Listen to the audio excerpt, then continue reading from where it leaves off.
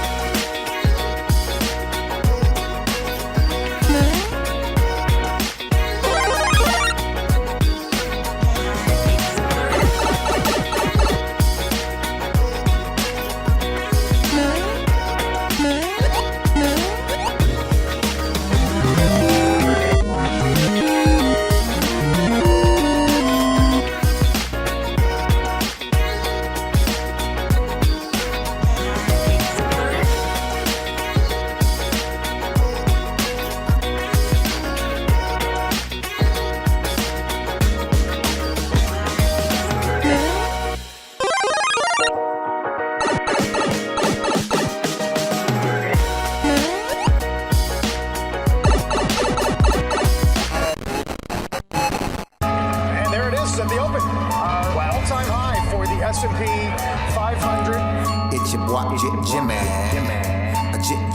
Jimmy. Now what's worth doing is worth doing for money. Straight from y'all street to Wall Street. Anybody tells you money's the root of all evil doesn't make up happen. Dudes wake up, hope their girl turned on so they can get a little bit. Only woman in the morning, I wanna turn on this. Deck it quick. While the average man looking at this, it's sad like she fine as it. I'm over here looking at tails and whips like, yeah, 5-6. Yeah, I left the mayhem for the market. Now I don't want a dope spot, I want a stock pick. I know that booty got dropped, triggered my stop losses, but I ain't got time for your wop. My V-wops crossing. Rich with hot V's, I'm pushing hot strategy and plans to make grand. Still in my wife beater, Batman pajamas, house slides, and about 5 hot picks for the day. Cause I like the way the Dow bounce. 4 hot dips on call, so I got options. 2 with a lot of volume, 1 with a double bottle. Now I know dumb money don't understand. Am I talking about my trade or just thinking with my MACD? You see, we different in the way we move. You move with kittens and your dog, I move with bears and bulls. I got a green thumb, grow with the marijuana. Waking up with the fun, some commas. Jump out of bed, big profits. Eat my bacon and eggs, big profits. Light up, watching them candles, profits. While I'm still in my sand, making profits. They used to watch me move them packs and die. Now I watch moves in the NASDAQ. Profits. Used to run from the ATF and them cops. Now I run down ETL, make profits. I jump out of bed, big profits. Eat my bacon and eggs, big profits. Light up, watching them candles, profits. While I'm still in my sand, making profits. Yeah. See, me and Jim Cramer been talking mad money. Said today I'm taking a risk. They got the feds coming, but I got support here with me. I call a short squeeze. You get the drop, she pull the trigger, and abort these. If she stay on my watch list, I might have to wife her. But I know better. I'm a true trading group lifer. Call up the Wolf of Weed Street. It's time to flip some profits. Go ahead, be hawking. Get your spot here. I'll double top that in the head and shoulders. Hit him up with this resistance. Watch him roll over. Cause I see John Wicks in contract. If I say I make $1 million a day, well, that's a large cap. You moving average, that's why you get crossed. Get split, get delisted, and knocked off. And I'm setting the whole block off. I'm buying GameStop and selling them roadblocks off. Jump out of bed, make profits. Eat my bacon and eggs, make profits. Light up, watching them candles profits while I'm still in my same making profits. They used to watch me move them packets. Now I watch moves in the NASDAQ profits. Used to run from the ATF and them cops. Now I run down ETF. Hey, my family. Hey, go, what we doing, my man? Hey, make profits. Hey, Shug, Mike, what we doing? Hey, make profits. Yo, Wolf, Professor, what we doing? Hey, make profits. That TTG money gang. Hey, we some snipers. Hey you, what's up everybody? What's going on, folks? All welcome to the True Trading Group live stream. Happy Friday. It's the end of the trading week. What a week it has been. It's the sharpest weekly decline in the markets that we've had all year. But it's another damn good trading week inside of True Trading Group. So congratulations to all of our members. What has been a fantastic week of trading. We've been all over this pullback in the markets. But how much further does this pullback take us? Is this just a little pullback or is this the start of a deeper correction? We're going to talk about it. I got a real special live stream in store for you guys all here today. My name is Michael Edward Paranati, and I go by Michael Edward. I began my career over 17 years ago working for T3 Alpha Fund, my very first job out of college, where I had to go through an educational training program before the fund ever let me touch a dollar of their money. Then 2008 happened, and that was the Great Recession and the stock market crash. But it was also the same year that I received one of the firm's Trader of the Year awards. Now you fast forward, and I'm the co-founder and head trader of TTG, as we like to call it. And along with my team of 9 other professional trading moderators and an over 30-person staff, we've helped thousands of members from all over the world reach their goals. We actually have members in 115 different countries, truly a global community here inside of True Trading Group. Now, for those of you that do not know, True Trading Group is the fastest growing and highest rated premium online educational platform that combines university and professional level trading and investing courses with premium stock market tools that give you more information, help you make better decisions, increase your chances of success. But unfortunately, most retail traders don't use them because they're very expensive. You're talking $5,000 or $6,000 a year if you were to pay for these products and tools on your own. But I know that. I understand that's a lot of money for a lot of people. And that's why we spent years building relationships with those companies to put their tools and products on our platform at no additional cost to you guys. So you're going to get the educational courses, the trading tools. We also do live workshops and provide individual mentorship for stocks, options, crypto, and futures for all styles of trading. We cover day trading, swing trading, and also long-term investing as well. So there's literally something for everybody inside True Trading Group. We take that university level of curriculum and we combine it with today's top financial tools from companies like Benzinga, TradingView, Trade Ideas, Quote Media, just to name a few. Those are the tools that are going to cost you guys over $5,000 a year if you would pay for them on your own. Dark pool data, unusual options activity, analyst ratings, congressional trading data. All of that stuff is included when you guys become members of True Trading Group. It's all on our platform. You also get access to our members. Our members are hands down the most educated, helpful, supportive, and successful community of traders that you are ever going to find. Not to mention, you're going to get all the real-time trade alerts from myself and the 9 other professional traders that are mods in True Trading Group that call out their trades in real time. We've been able to maintain a cumulative win rate as a group on all of our executions of around 80% now going on the last 3 years. So if you are ready to learn, trade, and profit for real, you folks have all come to the right place. 6 nights a week, Sunday through Friday, we go live right here totally for free, where myself, other TG Pro trading mods, and special guests will drop golden nuggets, give you free lessons, education, trade ideas, analysis, and commentary that can help you all become better traders. So if you have not done so already, I want you to go ahead and smash that like button. I want you to subscribe to the channel, turn on your notifications, make sure that you guys never miss out on any of these live streams, because they're dropping golden nuggets on a regular basis. Before I get into the live stream here today, we've got an important earnings report that just came out after the close. Let's talk about Palo Alto first. Then I have a very special guest that's going to be joining me in just about 20 minutes to have a very serious discussion on whether or not you are effed. Yes, that's going to be the discussion that we're going to have here today on this live stream when my special guest joins us is, are you effed? You know what? But let's talk about these earnings report first. It's Palo Alto. Palo Alto did something that is very, very odd. Palo Alto, a couple of weeks ago, changed their earnings date. And they opted to do a Friday afternoon, which is very strange. You typically do not have earnings Friday after the close, because it's Friday after the close, right? self-explanatory, especially a summer Friday after the close. Okay. So everybody thought that was very odd and that was very strange. People thought that they were doing that because the earnings were going to be bad and they wanted to put the earnings out when the least amount of people are paying attention, when some people leave their desks, they go home for the week, and they can maybe get the lackluster news report out before everybody else can see it, and the least amount of people can see it. And that was the thoughts. Stock has actually sold off 18% leading up into this earnings report since they announced that they were changing the date of the earnings to today. You also had a disaster of an earnings guidance from Fortinet, FTNT. That is a competitor of Palo Alto. Fortinet, FTNT, they had this huge gap down there in early August as they gave very weak guidance. And that sent the entire cybersecurity sector headed to the downside, on top of Palo Alto changing the date of their earnings, which is this big red candle that you see here. And that is why that stock is sold off now about 18% since that announcement. But lo and behold, the stock is now up 9% here on the day. And they came out with earnings. You can see the big green candle that you have, and it looks like it was a complete head fake. The earnings actually were not bad. Earnings per share was a substantial beat. They came right in line with their revenues. Their guidance going forward is a little bit light, but they did address something specific about their billings. See, Fortinet, their whole issue was billings and why they gave such weak guidance. But the CFO from Palo Alto came out with a statement in their earnings release and specifically addressed billings, and the company, even though they beat on earnings per share, they were not able to really bring in the full impact from billings. And they expect that to improve going forward. And that lifted the price of Palo Alto stock. It seems almost as if the stock has been beaten down because of the earnings release from Fortinet.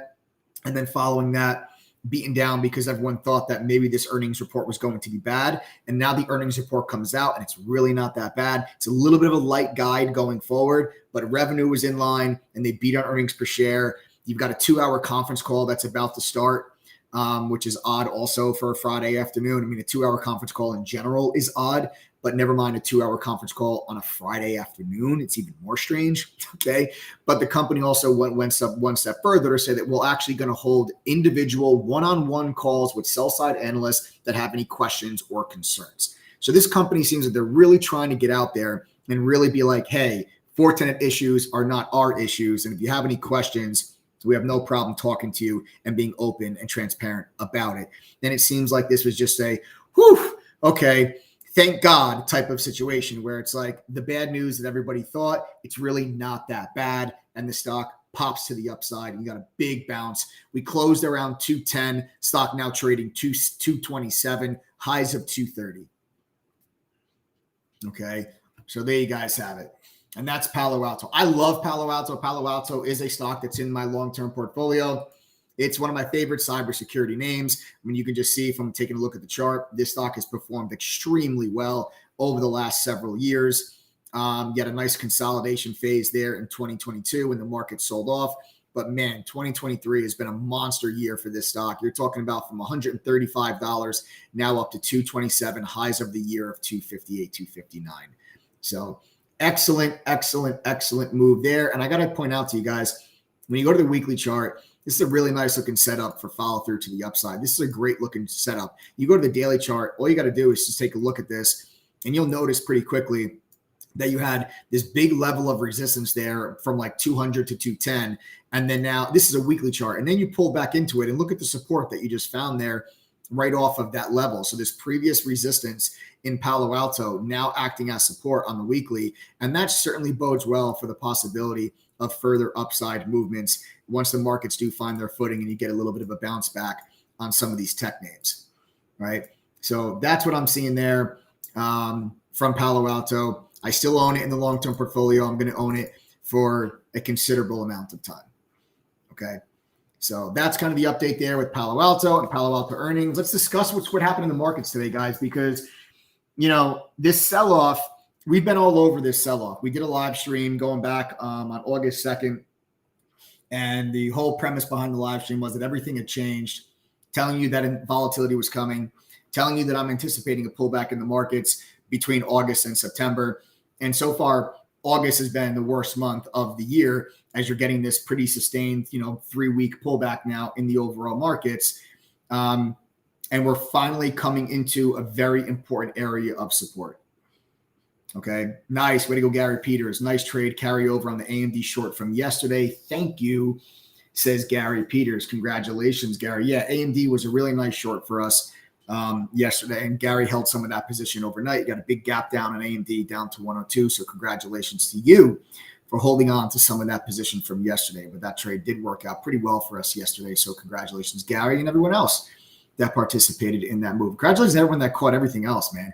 You had Starbucks, you had Netflix, we had a small cap today in ADTX. You had the AMD trade from yesterday. I mean, just big shout out and congrats to members of TTG that have been able to capitalize on the action that we've seen. And I told you this was coming. Like this price action that you're seeing in this market should not be a surprise to anybody. I've been on this live. You've been following this YouTube channel for the last 3 weeks. I've been telling you that I'm expecting a pullback in this market, and I expect volatility to really pick up. And volatility has picked up in a huge way. And when volatility picks up, that creates trading opportunities for us, right?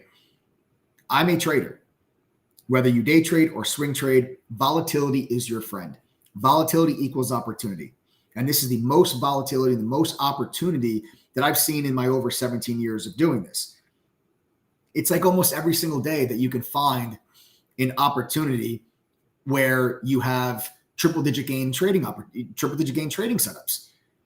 Now, anyone that's been trading for longer than just the last COVID pandemic era, if you guys have been trading for longer than that, then you know that it's usually not this easy to find trade setups like this. And they're usually not this abundant, right? Like you don't have, it's like, oh, you want to catch like a 40 or 50% gain. You always used to feel like, oh, I got to trade like some crazy, cheap penny stock that experiences a short squeeze. No, you don't need to be trading that kind of stuff. There's so much opportunity in like AMD, Microsoft, Meta, Coinbase, Netflix, Nvidia, Tesla. I mean, these are large cap stocks, but you guys can learn to trade the options in them.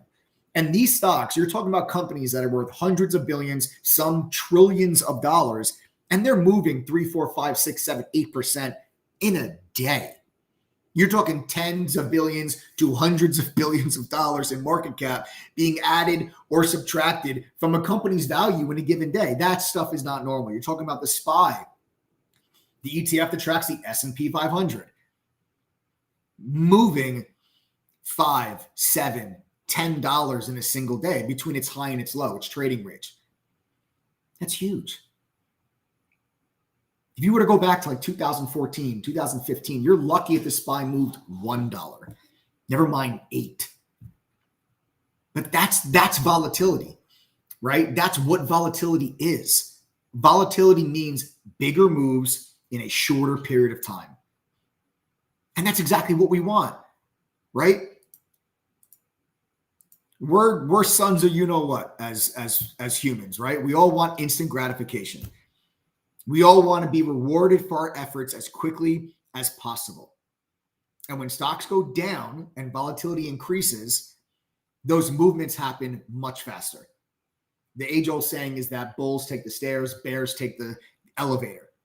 I like to say bulls take the stairs, bears take the window. Because when stocks go up and the market goes up, it's usually this nice, small, methodical stair step. But then as soon as there's a hiccup, you get this, stair step, and also poof, you wipe out, you can wipe out 1 to 2 weeks of upward movement in 2 to 3 days of downward movement. And that volatility and that movement is what gives us the triple-digit gain opportunities that we've been capitalizing on inside of True Trading Group. It's that exactly. It's that exact environment that we find ourselves in. And as long as you guys have a real education and you can keep a clear head and you can understand that whatever happens in the markets, whenever the markets move lower, whatever the catalyst is, that it's not an end of the world type of scenario. It's not a doomsday event. It's a doomsday event for people that do not know how to capitalize and make money from it. Because the only way that those people know how to make money is to put their money into their 401k and just watch the markets go up and then watch their balances go up. And as soon as the markets go down, they freak out and they panic. And that panic is what causes retail investors to consistently make the wrong decisions over time, which is when the markets go down, they panic and they sell. They wait for the market to go all the way back up to say, oh, stocks are doing well again. I should get back into the market. That's the exact opposite of what you're supposed to be doing. You're supposed to buy when the markets go down, and then when the markets rip to just ridiculously unforeseen valuations that just do not make any sense whatsoever, is when you're supposed to start selling stuff. That's how you make money in the market. You buy low, you sell high, not the other way around.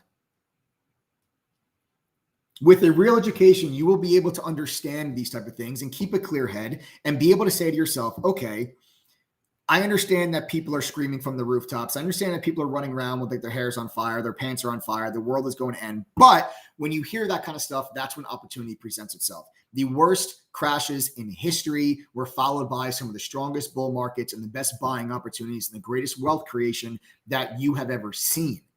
Every single one throughout history. So you got to stop looking at negative catalysts or catalysts for volatility as a bad thing and welcome it with open arms. Members of True Trading Group know this. That's why members of True Trading Group are making money and they are becoming better traders. To prove that to you, you don't need to take my words for it. Members of TTG, do me a favor real quick. Type the number 1 if you're making money and you're becoming a better trader because of True Trading Groups. Go ahead right now and type the number 1. Now, anyone that's on this live stream, I know we have a lot of new viewers that are joining the live stream, and I welcome you all. I hope you guys subscribe to the channel. I go live here 6 days a week. I'm not a Monday morning quarterback. I tell you what I think is going to happen tomorrow, what's going to happen next week. I tell you the positionings that I'm in. I put my neck out there. I'm going to be wrong sometimes. I'm not perfect, but I'm right a hell of a lot more than I'm wrong. Now, if you pay attention to how many people are typing the number 1, these are your peers. These are members of True Trading Group. These are your friends. These are your family members. These are your coworkers. They've had all the same excuses that you have given yourself. Small account, full-time job, no experience, lost money in the markets before, scammed by some other group. But yet here they are now telling you that they're actually making money. They're becoming better traders. How can that possibly be? I thought the market was rigged against the little guy. No, it's not rigged against the little guy. The people that say that are people that just have no idea how to actually participate and the proper way how to navigate and capitalize on the markets. I'm telling you now, if you've been on the sidelines, you are missing out on the best opportunity that I've ever seen as a trader. And I know there's a lot of people that are on this live stream that probably missed out on the long-term portfolio buying opportunities in 2022 because everybody told you that a depression was coming and the Lehman Brothers moment was around the corner. If you missed out on the buying opportunity in 2020 because everybody told you the zombie apocalypse was upon us, then you have drastically underperformed the market and you have missed out on what may have ended up being the greatest buying opportunity of your entire life. That was 2020. I considered 2020 the greatest buying opportunity of my lifetime. Do I get a better opportunity at some point throughout my life? Yes, I'm very young. I'm 38. I'm going to have more opportunities to do something like that and to really steal some of the best companies on planet Earth at a massive discount because of some ridiculous catalyst. You're going to get more of that. But if you missed out on those buying opportunities, then what you should be doing is not panicking when markets go down. You should very selfishly be hoping that markets go down. Because if I'm correct in my analysis, and this is the analysis that I've been giving for the last 3 weeks on this live stream, I believe the market was going to pull back August into September.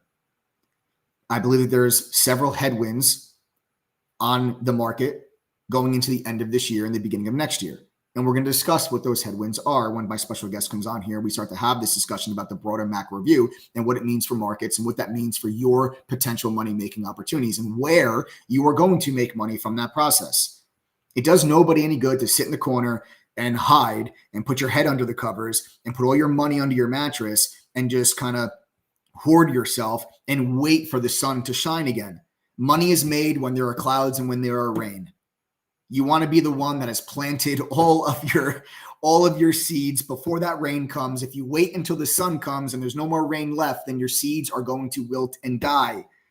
The opportunities are when you have downward movement in the markets. And if you have missed the previous market sell-offs, then the next one that we get, I believe actually may be your last before the market experiences a new bull market. We've experienced a bull market to start off 2023, a raging bull market, 44% move to the upside in the NASDAQ to start off the first half of 2023. But now you're being faced with this 3-week pullback. And it's funny how sentiment works. Price action determines sentiment, nothing else. News headlines don't determine sentiment. Okay, economic data doesn't determine sentiment. It is price action. As long as the stock market's going up, everybody feels good. As soon as the stock market starts going down, you can have not a single catalyst change, but as soon as prices start to go down, all of a sudden sentiment gets a little shaky. Because just 3 weeks ago, the markets were at 52-week highs and everybody felt great. Well, after the Fitch downgrade of US's credit rating, I came on this very live stream and I told you very specifically that now everything has changed. The market had kept going up and up and up because of performance chase from hedge funds and money coming off the sidelines, and everybody got very complacent, but there was never a reason to sell because inflation kept coming down, the unemployment rate was still low, the job market held up, earnings were still holding up better than people anticipated, and the markets kept going up and up and up and up and up. All the market needed was a little nudge. You need a little bit of a nudge to just push them off over where they lost their balance and finally give people a reason to start taking profit. That was the Fitch downgrade of US's credit rating, but now you have other catalysts and other things that are happening. And you have other things that are now standing in the way of a potential new 52-week high in the markets. It's a handful of them. And I'm telling you now, I think you are going to get one more shot at this. Do not mess it up. Because as soon as the stock market starts to go down, everybody tells you the world is ending. And when you listen to that, you become too scared to buy. The greatest buying opportunities that you will ever have in your life as an investor are the moments that they feel the worst. The moment that you feel the absolute, that you think this is the absolute worst time to buy. When you feel that way, it is the best time to buy.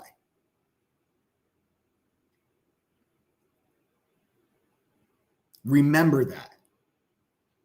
Be aware of that feeling. Be aware of that feeling when you get it. Be aware of that feeling when you have it.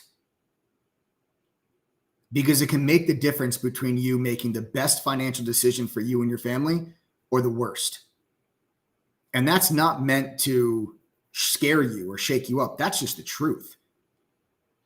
The right moves in 2020 or 2022 could be the difference between you paying off your home, sending your kid to the college they want to go to, giving your daughter the wedding that she's always dreamed of, taking that special vacation with your family.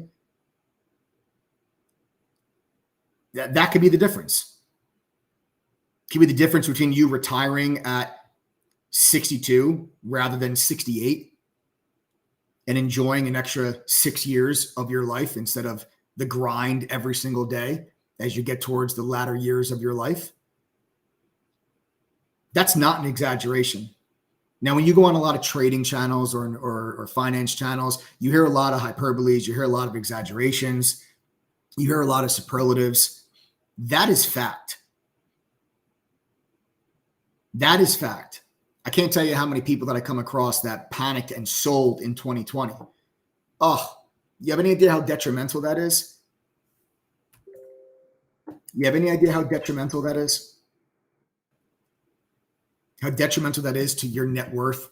How detrimental that is to your family's financial situation if you panic and sell the bottom of a crash like you did like 2020? It's horrifying. The stock market's the greatest equalizer. The stock market doesn't care where you came from, doesn't care what religion you are, doesn't care what gender you are, doesn't care what race you are, doesn't care if you're a Democrat or a Republican. The market doesn't care about any of it. It's the greatest equalizer, and it's the greatest wealth building opportunity that you're ever going to come across if you know how to take advantage of it properly.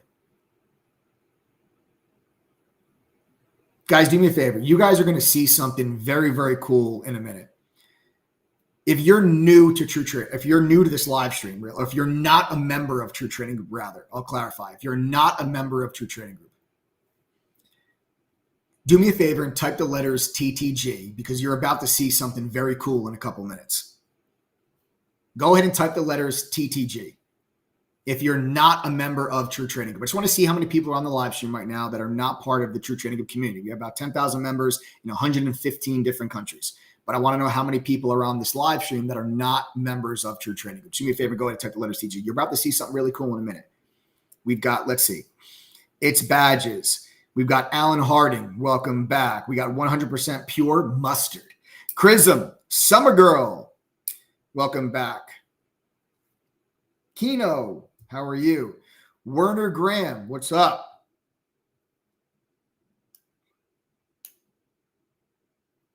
Is it that many? I don't even know how many. Is that many members? Dustin, what's up? Robert, how are you? Sean. Christopher. Hey guys, go ahead and type letters TTG if you guys are not part of the community, if you're not a member. Paros, welcome back. I know you've been on the live stream many times before, so welcome back. Welcome, welcome, welcome. Pleasure having you guys over here. You guys are in for one hell of a treat. You guys are in for one hell of a treat. We got a special live stream in store for you guys here today. Yes, Dylan, my man. Dylan says, winning that membership was hands down the best thing that's happened to me this year. Shout out to my boy Dylan, man. Dylan has been on these live streams for a while and always interacting, always asking questions, like truly just being a sponge and just absorbing as much information as he possibly could. And I absolutely love it. You know, I absolutely love it. So he won actually a membership last week. We did a giveaway. And the giveaway was either you can win $1,000 or you can get a free membership to True Trading Group. And Dylan very smartly chose the free membership to True Trading Group. So a big shout out to you, Dylan. It's awesome, man. I'm glad you are. And Dylan, tell me, Dylan, how has been, I mean, obviously I don't need to ask you because you just said this has been the best thing that's happened to me all year is winning the True Trading Group membership. So I guess we don't have to, I don't have to ask you how your first week or two has been inside the TTG family and the TTG community. So yeah, guys. So like I said, I got a special guest that's going to be joining me here on this live stream in a couple of minutes. We're just going to wait for them to log on. What we're going to be doing here over the course of the next 20, 30 minutes or so is I'm going to be interviewing Michael Guyad. And Michael Guyad is a award-winning finance author. He's the head of the Lead Lag Report and the manager of the RoRo and JoJo ETFs. And we're going to be having a discussion on the bigger picture, right? We're going to be having a discussion about the macro environment that this market faces going into the end of the year. Because, like I said, price dictates sentiment. And while the markets were ripping in July, and July historically, just so you know, seasonally, July is the best month for the stock market. And September seasonally is the weakest month, it's the worst month for the stock market. When the markets ripped to new 52-week highs in the month of July, what happened was you started to see people on CNBC now call for, we're going to have new all-time highs this year. We're going to have new all-time highs this year. Joe Terranova, one of them. Joe Terranova, a guy that I respect. He runs the Joe T ETF. He's a fund manager. He's on CNBC all the time. He's a cool guy, knows his stuff, successful investor. But he thought that, or thinks, I shouldn't say thought because we don't know yet. Maybe he's right. Maybe I'm wrong. He said he thinks the market's going to see new all-time highs this year. New all-time highs. That means the SPY is going to 480 if we're going to see new all-time highs. Now, we weren't that far away from it in July, 458, 459. You're only 20, 21 points away from an all-time high. It's peanuts. 20 points. You've seen the SPY move 20 points in a matter of a couple of weeks. Right? But now when you pull on CNBC after a 3-week pullback, it's all about here come all the bears. And the bears are all saying, oh, the markets are, is this a start of something bigger? Is this going to be a deeper correction? Is this going to be a big sell-off? People are getting worried about the Fed now. There's a lot of different things now that are starting to come to the forefront. And I want to talk to you guys about not just charts, not just indicators, not just chart patterns. I want to talk to you on this live stream today about what's under the hood of the stock market, right?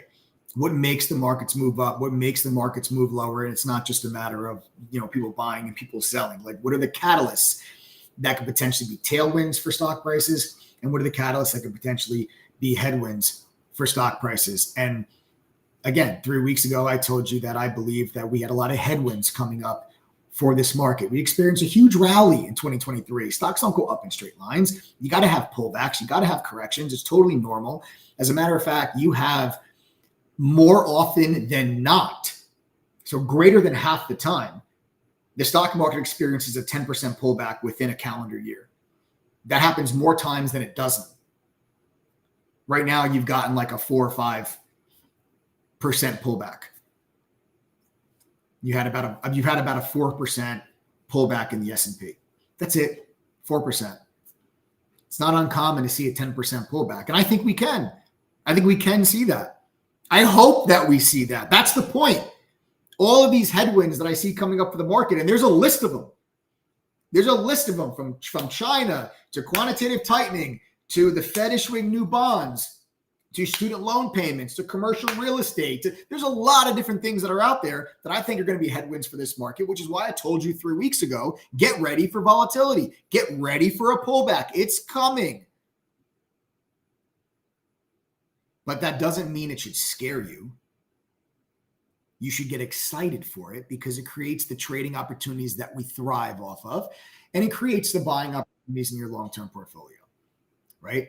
So that's the point. That's the whole discussion that I want to have with you guys here today on this live stream. It's going to be, what are those bigger macro catalysts? It's going to be, what are the headwinds that we face going into the end of this year? And what does that potentially mean for the markets? And how are we going to be able to position ourselves to make money from it going forward for the rest of the year? That's going to be the game plan. I think, okay, it looks like we are ready. Looks like we are ready here, guys. So like I said, I told you I had a very special live stream in store for you all.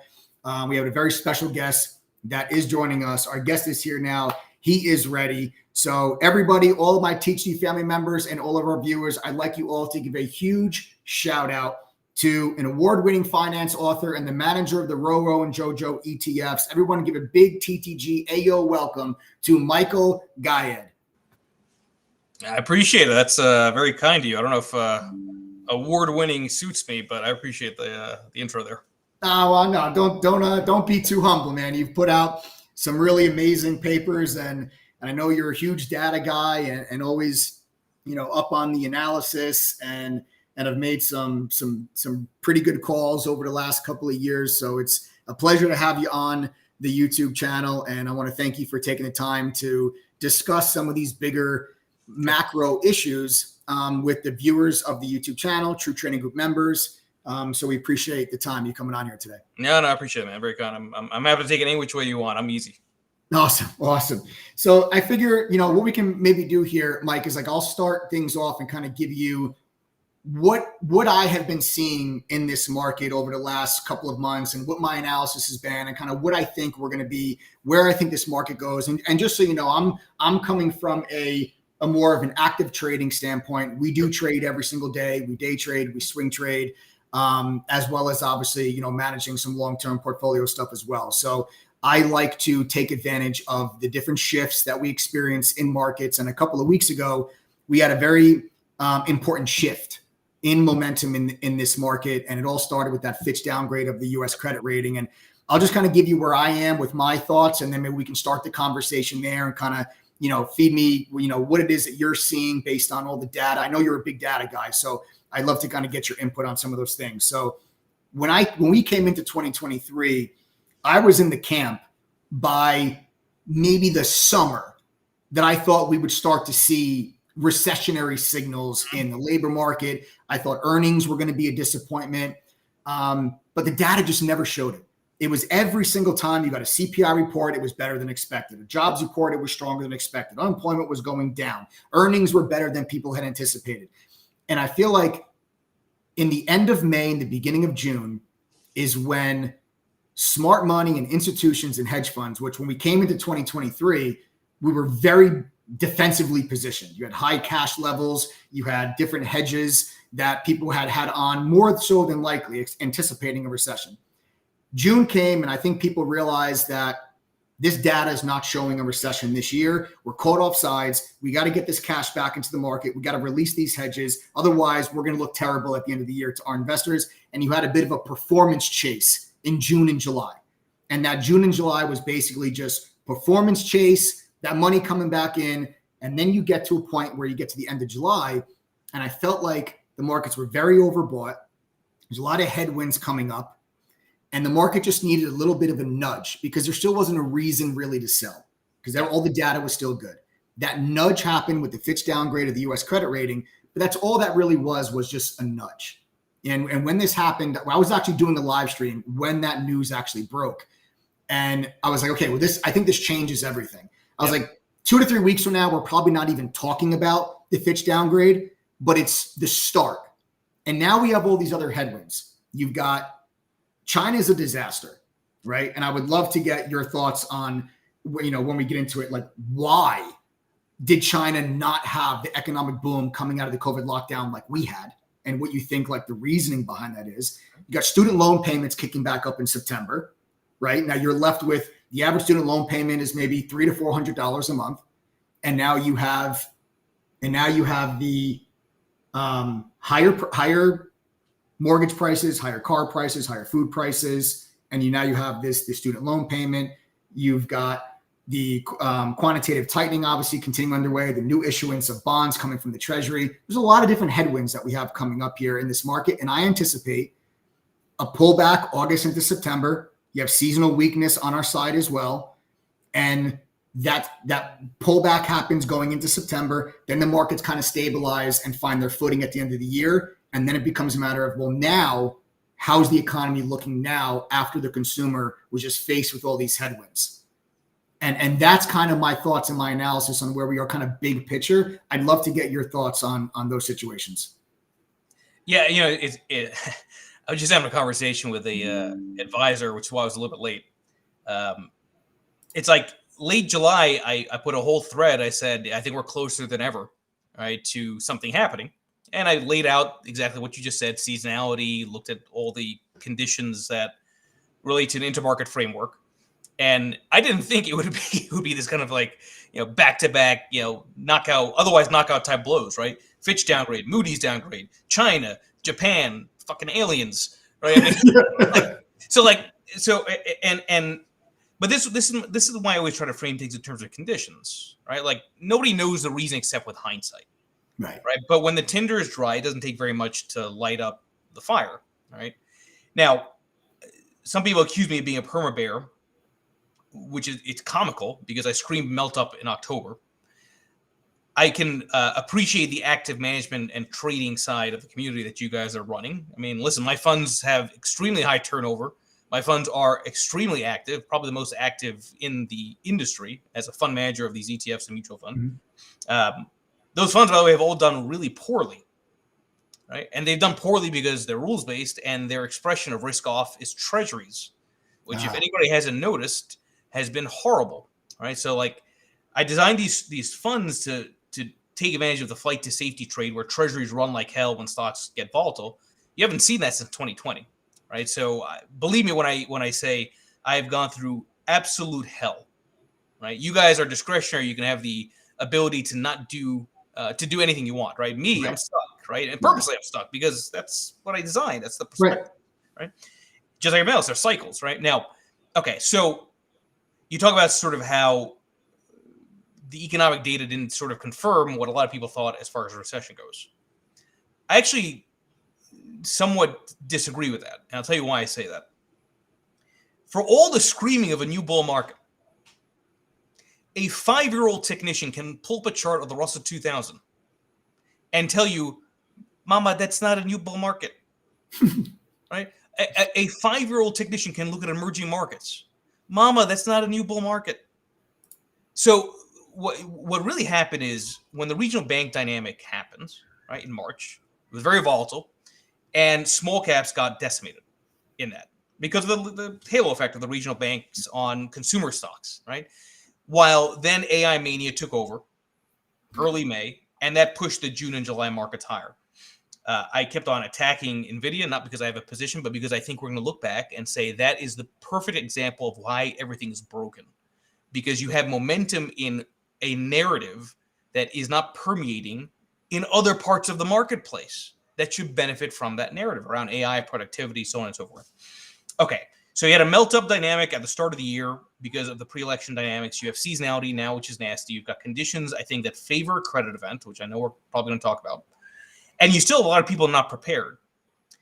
Now, I'm a big believer in the idea that markets are very good at making everybody look foolish, right? Like I've used that line many times before.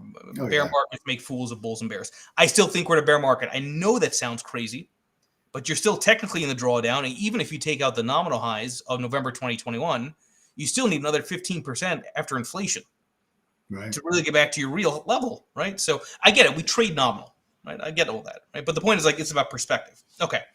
So the sentiment, I still think, is overly bullish. Overly bullish. What's happened here is a realization by pretty much everyone except those that are in the Magnificent Seven that things are not all that right with all these dynamics with, like you said, China, Japan, everything else. Now, is that going to result in a crash? I have no idea. I think it's possible. I think it's a non-zero probability. Now, I keep saying I think September ends up being the very high risk month. September, by the way, is the seasonally worst month anyway. Yeah. Right. And, so July the best. Right. So in October tends to be when bear markets end. Right. But the point is that it just seems like we're ripe for an accident. Now, in my world, that does not mean shorting. Like I get traders will do that. In my world, that doesn't mean puts. I'm a big believer in this idea that, and again, I've suffered from this thinking because the cycle doesn't favor treasuries. I'm a big believer in the idea that you have to have imperfect hedges if you're going to be entering a high risk period. What is an imperfect hedge? An imperfect hedge is something that you can trade that allows you to be wrong in your timing but still make money. Right? So if you're short, you guys know this, right? You got to get spot on. If you're doing a put, your timing with the expiration has to be spot on. Okay, well, that's, some people are. But there's a lot of luck involved with that, right? Better, I would argue, to express a defensive risk-off position in things that can allow you to be wrong and make money. So what are those things? Gold.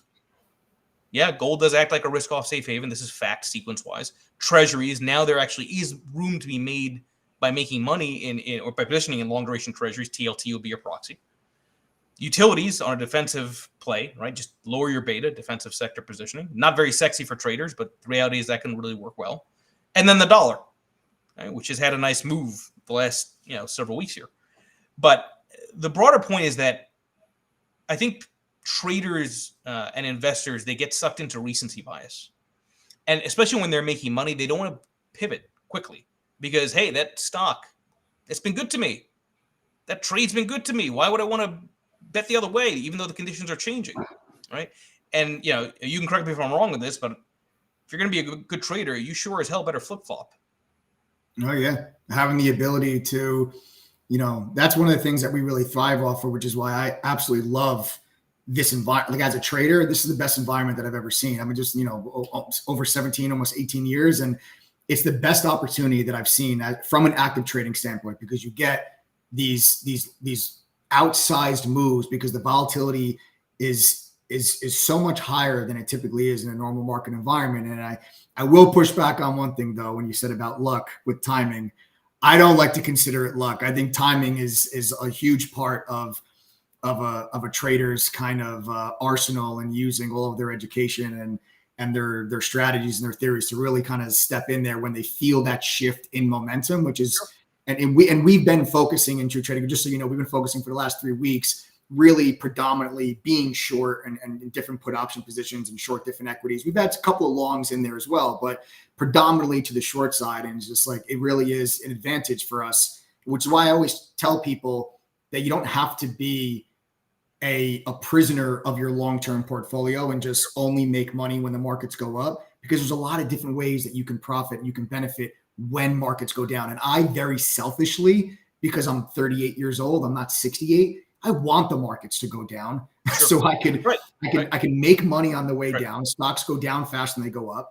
And then I get left with really good buying opportunities in long-term portfolio. And I feel like so many people, Mike, probably, if you don't mind me calling you Mike, so many people I feel like really missed and screwed up 2020 and maybe panicked and sold at the bottom, thinking the zombie apocalypse was upon us. And a lot of people, like you said, October, calling a melt up. A lot of people panicked at that moment because everywhere you looked online was Lehman Brothers moment, Credit Suisse, like this is the end of days. And a lot of people panicked.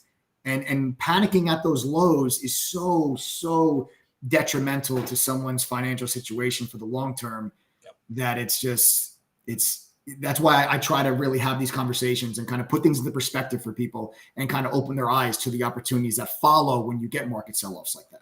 So let's talk about the perspective, because I think it's like, I get it, right? The argument is you want to trade an established trend and you make money from the middle of the trend. Right? I get it. It is a mathematical truism that most money is not made in the middle of a trend. It's made at the turn of a trend.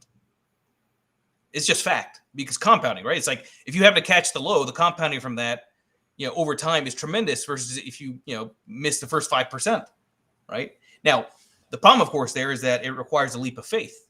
Yeah. Right. So that's why we try to frame things in terms of conditions, right? It's like, do the conditions favor probabilities and do the probabilities favor the outcome? Right. So when I say luck, I view it, I always try to do the driving analogy, right? So I don't know the exact mile marker I might crash my car. I know if it's raining, I better slow down. Right. Some people may say, I know the exact mile marker and I'm going to put my car in reverse and not even drive. Okay, it can work. I don't disagree. My from a systematic rules-based perspective, if you're not doing it based on experience, gut feel, which I'm not dismissing, right? But from a systematic rules-based perspective, my only argument would be, again, imperfect hedges tend to be the play, right? Now, Treasury, you get to be really interesting here. I'll tell you why. You probably see the same data that I see. You look at the CFTC net speculative short positioning.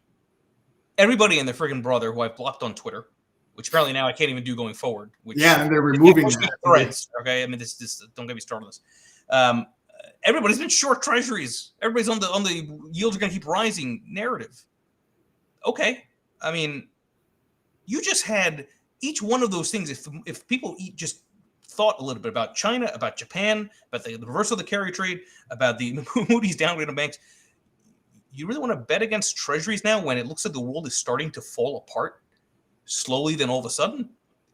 So I keep saying there's the mother of all short squeezes is coming. People think I'm talking about AMC. And it's not AMC, folks. It's treasuries, right? It's the risk-off play. It's the return of the flight to safety trade, right? And people forget because they haven't seen this. I know this because I developed my funds around this concept. When treasuries run relative to equities, it's like the VIX, meaning it's a spike. Right. You pull up TLT, you look at December 2008. You pull up TLT, you look at August of 2011. You look at the 2018 Christmas Eve crash. You look at the COVID crash. When treasuries run, it runs in like a matter of like 3 to 6 weeks. And if you happen to capture a good chunk of that, if not the whole thing, that's like years of performance. Right? And now you've got carry in treasuries, meaning you've got yield. It's not like you're squeezing blood from stone in treasuries when they were at the near zero of 2020. And I'll tell you something, that's the only reason I am optimistic on my funds, which again have gotten brutalized. And I couldn't control it because they're designed to be in treasuries, right? As an entrepreneur, somebody created these funds which are very expensive to bring to market. It's like, okay, so I went through an incredible anomaly. And yes, it is an anomaly with treasuries in the magnitude and the sequence. Okay, everyone seems to think that the flight to safety trade is dead and will never come back. It's like if you're going to be a contrarian trader, that's what you want to buy. You want to buy the turn of the trend. Yeah, it's interesting that you said that because I know, I mean, for people that, follow in the, finance news and everything, you have, very loud hedge fund managers, Bill Ackman, which I'm sure you're very well aware that he took a short position on the 30-year treasury. And I guess, and this is actually can kind of lead me to a discussion that I did want to have with you because I know you're very much into treasuries and your thoughts on there's such, from where I'm standing, there's such a push-pull argument there with the treasuries, where when you have that global turmoil, money flows right to the safest place that you can imagine, and that's U.S. treasuries. Right. And that makes total sense. And it's why those moments of panic, like all the time frames that you had just mentioned, 08, 11, 2018, when the Fed tried to to do tightening and realized that wasn't a good idea. You saw those big spikes, and there's no doubt that the treasury focused funds will have very nice performance when that happens.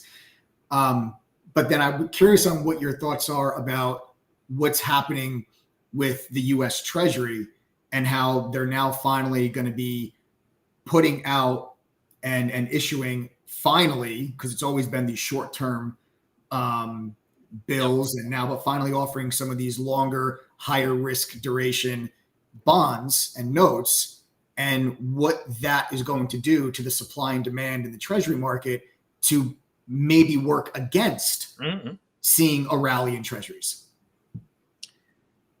Create the conditions, you'll likely get the outcome. So I'm going to put my conspiracy hat on for a second. So if they're going to put a whole bunch of supply and they need demand, they need fear. They need fear. They need money to rotate to treasuries because stocks are going down, because something else is breaking, right? Or at least the perception of something breaking, right? So it's like Biden coming out, 4 or 5 days ago saying China is a ticking time bomb, because they know something's coming, and they probably want to sell into it, which is hey, that's one way to absorb it, right? Just if markets go down and they remind people that there's things are not all well with the world. I mean, you can say a conspiracy theory or not, but the reality is you force a flight to safety trade, and that demand sops up that treasury side. Now, keep in mind, you could have treasuries not do anything, just hold, right? While the stock market still goes down. That's still fine, right? Even if you have an equilibrium where you'll just hold around here and the broader market catches down, that's okay. Like, that's still fine from a portfolio management perspective, relative strength perspective. That'll still work. But people underestimate that I really do believe they've forgotten how the flight to safety trade works. I haven't, because I built my whole damn career around this with these funds and these signals, right? So, I mean, listen, my mutual fund, ATAX, only had 2 good years, 2017 and then 2020. Why? Because when you're active, when you're tactical, the worst environment is an environment of pure risk on, because you get whipsawed playing defense as a trader, right? Market keeps going up, says screw you and your reason to be defensive, reason to short, reason to be in cash. I'm going to keep going higher. So pure risk on environments suck for active traders. And then pure large cap only environments also suck for active traders, because if you're an active trader, you're looking for opportunities. You have a whole watch list of hundreds of stocks, and guess what? It's only this goddamn NVIDIA which is moving, right? So 2017 and 2020 were great years for my way of approaching things, because you had momentum in emerging markets and small caps. You had breadth, which, funny how that went away. Right? Everyone was screaming about breadth. It's like, what happened to the breadth argument? This stuff is all nonsense, right? The Magnificent Seven. It's all nonsense. These narratives that it's like, you just look at the percentage of stocks trading above their respective 200-day moving average in the Nasdaq now. Tell me we're in a bull market now. It's like, this is silly, right? But and then 2020 had the risk off trade. My fund's up 72% because it was in treasuries in advance of the COVID crash. Then went into equities March 31st, and the fund gave it all back. Why? Because what happened after the COVID crash? With the exception of the very end of 2020, pure large cap momentum, small caps peaked when everyone said return of retail on the GameStops. The GameStop peak happened late January. Small caps peaked early February. Emerging markets peaked early February. All the ARK stuff peaked early February. It's like, you can't make this stuff up, right, in terms of the narratives and when the real bear market began. But again, the point here is that people have forgotten what real volatility and risk looks like. Last year, I think, conditioned people to think that declines are gradual, because you had a very smooth controlled implosion in equities. That's not the way markets work. There's a reason why the expression is escalator up, elevator down. Last year was escalator down. I think if you're going to have a credit event, I think, again, it's possible, right? It's a non-zero probability. And even if I'm wrong and it doesn't happen, I would never, ever apologize for warning people to slow down when it's raining, right? But it seems like the market has to remind people that risk happens really, really freaking fast. And that's why I keep going back to it. I don't think anybody's prepared. I'm not trying to be all doom and gloom. If I'm right on that, you break the October low. That ends the bear market, and then the real new bull market begins. Bear markets end with a bang. They end with credit spread events, with widening, with default risk. I still think that's coming. Yeah, I would agree with, a lot of the the major market sell-offs it's usually a credit event. It usually is something that most people don't necessarily see coming. It kind of pops up out of nowhere and it rears its ugly head, and you realize that it was a smoldering problem this entire time, and kind of everyone was pushing it under the rug until the thing just kind of blows itself up. And that is what has created a lot of those really big sell-offs. But I think that, where I would kind of give a little, pushback to that is that I don't, the economic data that we have gotten right now, that we've so far had, and I'm the first person to say, like, if you asked me in January, I would have said, yeah, I think we're having my stance has been, we're going to have a mild recession in 2023. Right. And I was saying that the entire start of 2023. And I've clearly been wrong about that. I don't like some people are like, oh, well, Mike, you're not wrong. Maybe your timing is just off. I'm like, no, I'm wrong. Okay. Like, if I thought we're going to have a recession by June, July, and the market's ripping and it doesn't happen until March of next year, I consider that still wrong because, I'm not positioned for, I'm not making money from it. Therefore I'm wrong. Sure. But the economic data has been so insanely resilient, and to my astonishment and many others, the jobs market really being at the helm of it. And I just think that for once we can actually say that this time it's different, because we've never had a situation ever before where the entire global economy was shut down and you injected trillions of dollars of stimulus into the economy, and that turned the labor market upside down on its head. And we have stabilized throughout this time without the labor market really cracking. And even if we do have a bit, I guess we're looking at this a little, you're getting ready and positioned with your strategy and everything. And just so everybody understands, people that maybe don't understand, I can very easily maneuver. He's a rules-based strategy where no matter what's happening, that mandate needs to be followed. So just so everybody understands that, where you're kind of looking at more like, hey, I know you just said not to play like a doomsday, but kind of like a doomsday event, which a credit event usually is, versus where I'm kind of looking at it and saying that I don't think that you're going to get this massive rush into longer term bonds because hell's going to break loose. And that's why equity prices are going to fall. I think equity prices are going to fall that are going to create a really good buying opportunity, because I think the economy is going to hold up. But when you issue new long dated bonds, that changes the risk profile for a lot of different institutions. And when you carry the short-term T-bills, there's very little duration risk, if anything at all. Once you go out further on that duration, you add duration risk, it changes risk profile. Sure. And now in order to do that, in order to adjust, you're going to sell other risk assets, and that's where you're going to take away from equities. And why wouldn't you, with the NASDAQ up 40% in a year and the AI sell those? Sure. And then now that cash finds a home in the treasury market, and the treasury market then maybe stabilizes with all that new supply. And then now here's the stability of the money coming in, and you don't have an end of the, because what I really focus on and with our members and our community is I always tell them to just don't ever bet on the end of the world, because you're not going to pay for it.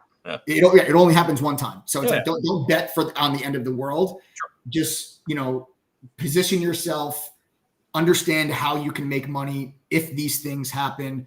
And when the market does sell off, and when it does come and when it does happen, and everybody starts, freaking out and panicking like they did in 2020, like they did in 2022, the time that it feels the absolute worst time to buy is the absolute best time to buy. Yeah, no question. Now hold on. So this is interesting. So No disagreements on the economic resilience.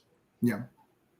But then why is it that small caps are not outperforming large caps? Why are they just stuck, right? If you believe the market's a discounting mechanism, which is debatable, right? Like I don't buy the argument that it's really that efficient. Maybe long term it is, but short term tends to not be. Okay, then why is it that small caps are not showing the same kind of optimism that the economic data otherwise would tell you should be there? Because small caps are more sensitive to the U.S. economy than multinational large caps, right? So there's For sure, yeah, and interest rates, right, exactly. So okay, so then you say, okay, well maybe if the market's a discounting mechanism, maybe it's because there's a realization that some of these small caps are not going to be in existence in a year or two, because they're going to have to roll over their debt, these so-called zombie companies, which, by the way, when that happens, you'll see a real increase in bankruptcy filings. You'll see a real increase in unemployment, right? So it's like, I hear you. I'm not disputing anything you're saying, but I'm trying to square it with why is it that small caps have not responded? So if I've been wrong in anything this year, I'd argue I've been most wrong in the melt-up argument, which is really strange because I was the loudest guy in the world saying that in January, pre-election year, melt-up dynamics. Small caps have not been in a melt-up, like at all. The vast majority of the stock market has not been in a melt-up. We're actually not following the pre-election year script. You are on the headline averages, not in terms of everything else. When you look at small caps in other pre-election years, it's a very weak year. So my only point in saying that is that we don't know. Okay, things can look really rosy, but then very suddenly things can break. And if we all agree that this post-COVID environment, things have been very noisy, is not quite the right word, but just disconnected. Like things are not co-moving. Things are kind of, even economically, different signals are giving you different things, are giving you different signals. They're not kind of inverted, deeply inverted yield curve, and here we are with biggest, all this stuff. Right. Yeah. Right. So it's like, all right, so so I go back to maybe the way that resolves is with a bank. I could be wrong. Right? That's why I myself say I don't believe in shorting. I don't believe in going cash. That's why I'm saying imperfect hedges. Because I could very well be wrong. I've been wrong plenty of times. What do you What do you think also, Mike? I'm because interested. I mean, I don't know if this is something that you've kind of followed but obviously deeply my arena of the retail trader and how there's been this massive influx of tens of millions of people that have come into the markets. Yep. What do you think? Some of them left after 2022 and they realized stonks don't just only go up, but there's still very high levels of retail participation. And we pride ourselves in True Trading Group, honestly, is really helping and level the playing field for retail, because most retail traders, they go on Reddit, they open up a Robinhood account and they just throw shit at the wall and hope that it sticks. And I try very hard to change, the way that people look at the markets, give them real analysis and education, to the stuff that I learned when I was working at the fund. I didn't know anything before I started working on Wall Street. That's how I learned everything. So I just try to share that, get them thinking different ways. And I'm curious to see maybe when we look at the small cap stocks not participating, and you look at all these big high flyers that everybody talks about and everybody knows about, a lot of the retail money is flowing there. Yeah. Do you think that has any, and I wonder if you've seen any data about this, because I don't know, but do you think that some of that could added to the AI fuel of the Magnificent Seven, because those are stocks that they all know? You ask a retail investor, they can't name one stock in the Russell 2000. Yeah. And it's an interesting parallel to what happened in 2021 with the crypto craze. Right? Because you had a lot of people just buying up, shit coins and things like that, and altcoin season. And it's like fundamentals. Oh, it's because it's Bitcoin. And it's like, okay. I mean, I used that line all throughout 2021 when I was warning that something was off, right? In terms of the bull market in quotes back then. I said the level of uneducated speculation is astounding. It really was. I said that multiple times over. Now, I don't like the term smart money, dumb money. I really don't, because it's not about intelligence. It's not even about experience. It's about humility. Just so you know, Mike, I hate it so much that I actually tell people one of our taglines at True Trading Group is, I want to be the reason that retail is never referred to as dumb money ever again. That's one of the things that I say.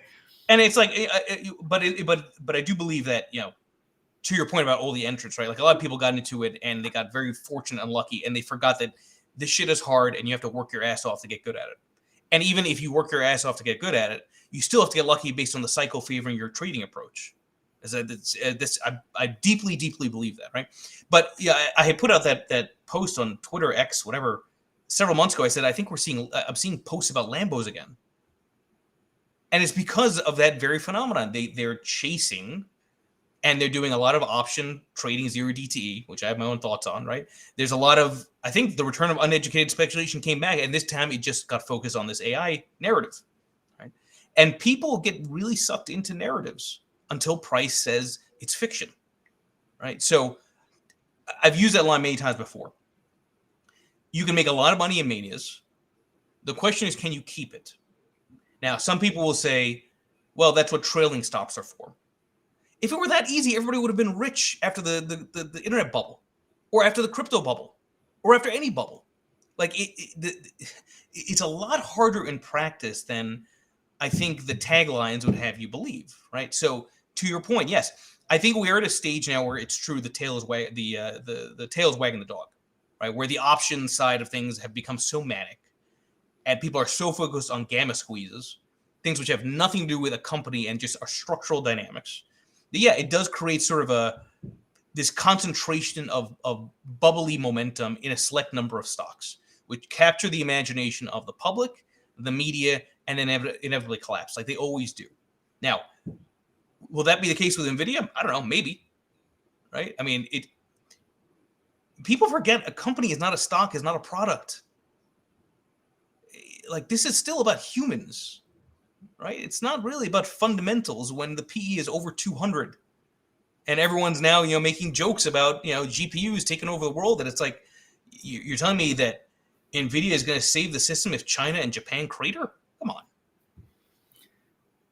Yeah, I mean, you can make money with it. I'm not disputing it. Obviously, a lot of people made up. Yeah, God bless them. Yeah, all the more power.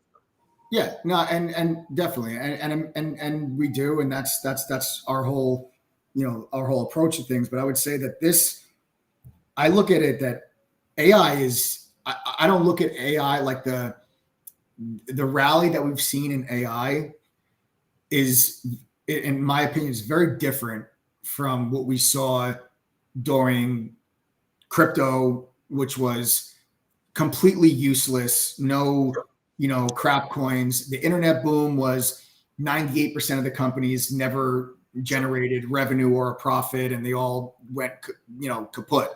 But when you look at the AI boom is not coming from these small fly-by-night penny stock randomly put out a press release saying we do AI. These are the biggest companies in the world. Yeah, totally. NVIDIA, Apple, Microsoft, Alphabet. I mean, these are companies that fund themselves, that don't have to take on tremendous amounts of debt or dilution or whatever it is to, offering here, offering there in order to pay the bills.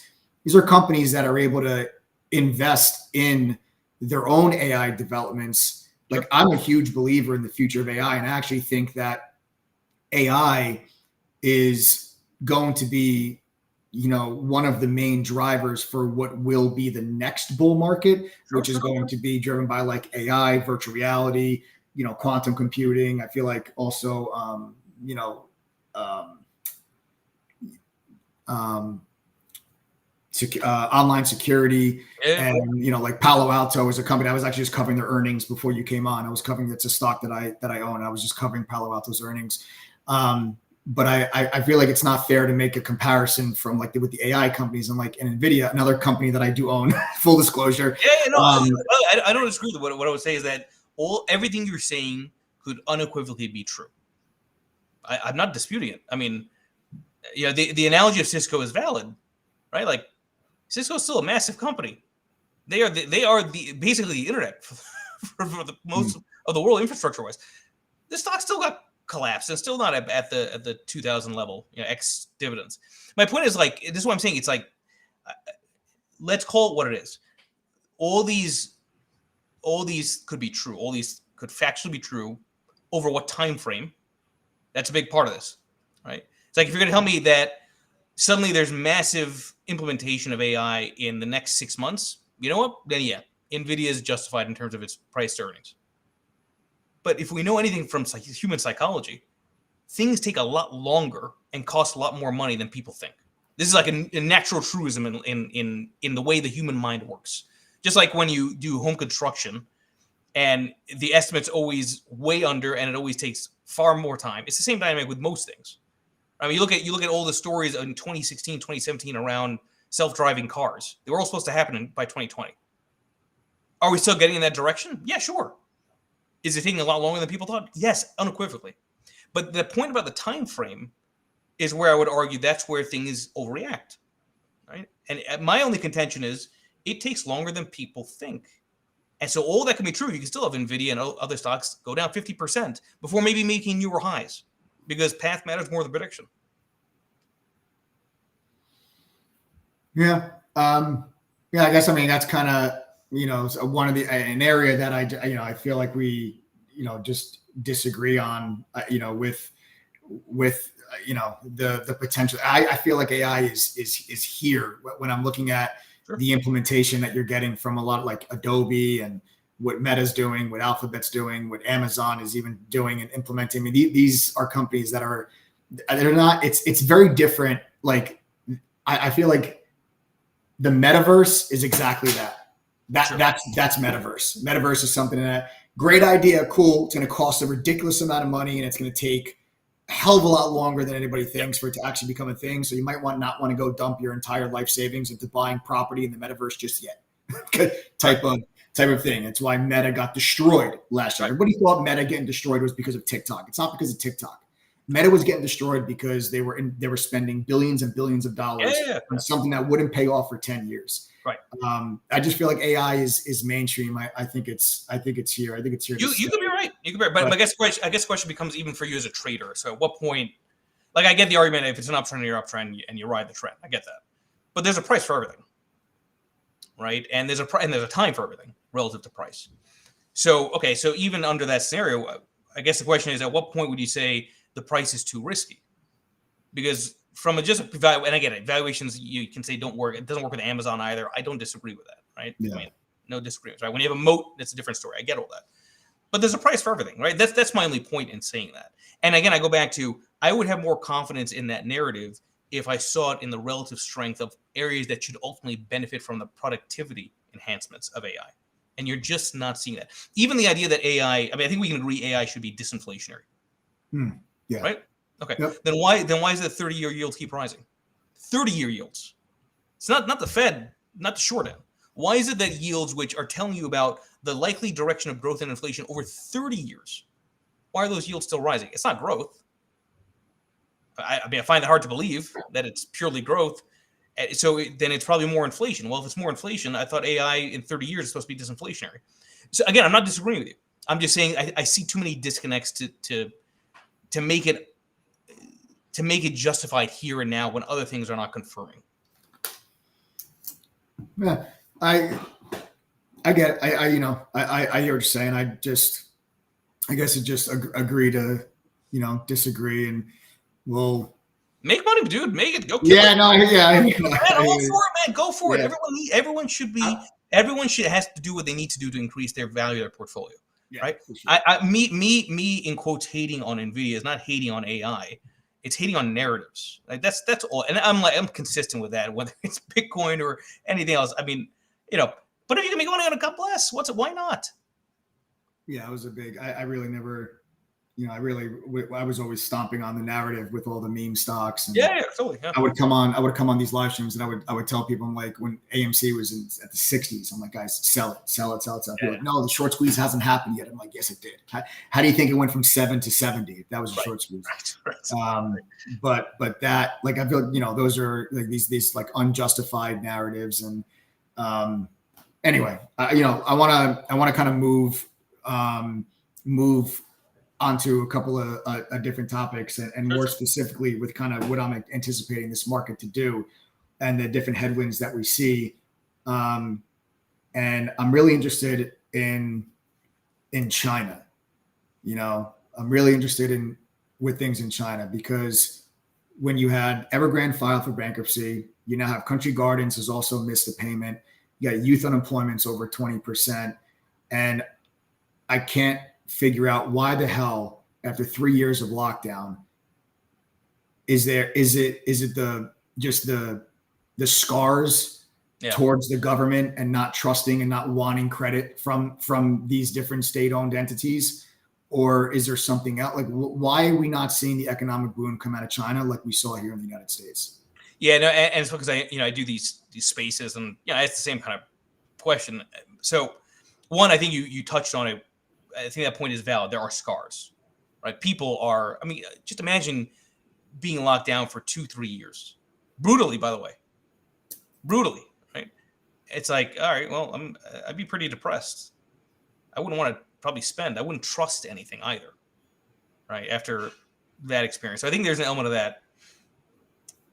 I think also people forget that it's not like, the average person in China is, middle class in China is not the same as middle class in the US. Like, there's also, yes, they are savers, but it's still not a lot of money per person. So I think there's a mismatch in expectations around discretionary spending power. Right, it's kind of my sense also when it comes to China. Mm-hmm. But that is it is a dynamic which is really important to keep in the back of, I think, everybody's minds. You often hear about, China's on the path to Japanification, because you look at the debt to GDP levels, you look at the way the economy has responded economically. It's headed for, this debt deflationary bust. If China is on that path, you sure as hell better believe Europe's on that path and the US is on that path. Now, what's the implication on that if that's the case? I'm not saying that's guaranteed, but there's a scenario there. You can make that argument. Sure.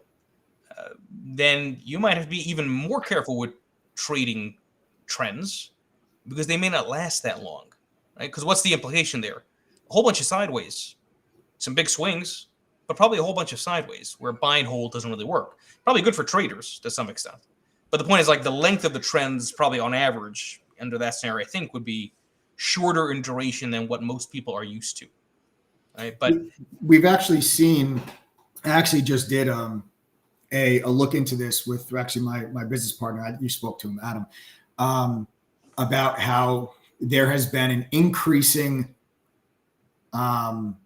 shortening between volatile events in the markets over time. That's where right. You used to have like this, you were shrinking the amount of time in between, like a call it a volatility event, whatever it is, whether it's a credit event or if it's a crash, whatever it is. But that volatility, I did a whole segment of or series of live streams about this, where I feel like the market, the pre-COVID markets are, I don't know if you're going to see them again, and you're going to see these periods of increased volatility in much shorter periods of time. So that kind of speaks, directly to that. I'm just wondering, like, what could the Chinese government do from a stimulus standpoint? Because we know that, it's things over there in their economy are very different from here, because the government's got different controls and different regulations on everything. But what could they do to,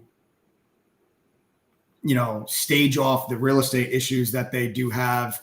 And because that's one of the catalysts and one of the headwinds that I feel like is going to push this market lower in September, which is what I'm getting ready and what I'm positioning for, and how we're planning on making money. And then after that dust settles after September, I'm probably going to take a look around and see if I want to nitpick on some stuff for the long-term portfolio. Sure. Okay. So by the way, the mechanical reason for why those vol moments happen closer in time and more in frequency is debt, is leverage. Right. So it's like, if the response by central banks is always to re-lever when there's a crisis, well, then the debt load gets higher, which means the fragility increases dramatically. So instead of 1 in 1,000 year events happening, you end up having one every 2 or 3 years. Yeah. Because your starting point for the re-leveraging, it makes it even worse, right, for the next crisis that happens. It's like, does anybody really think that you'd have the market down as much as it was in March of 2020 if we had a surplus from the government? Like it magnifies, right, the volatility and the losses. Okay, now this is not going to be a very PC answer to what can China do, and it's not one I'm advocating. But you really want to know what China can do? War.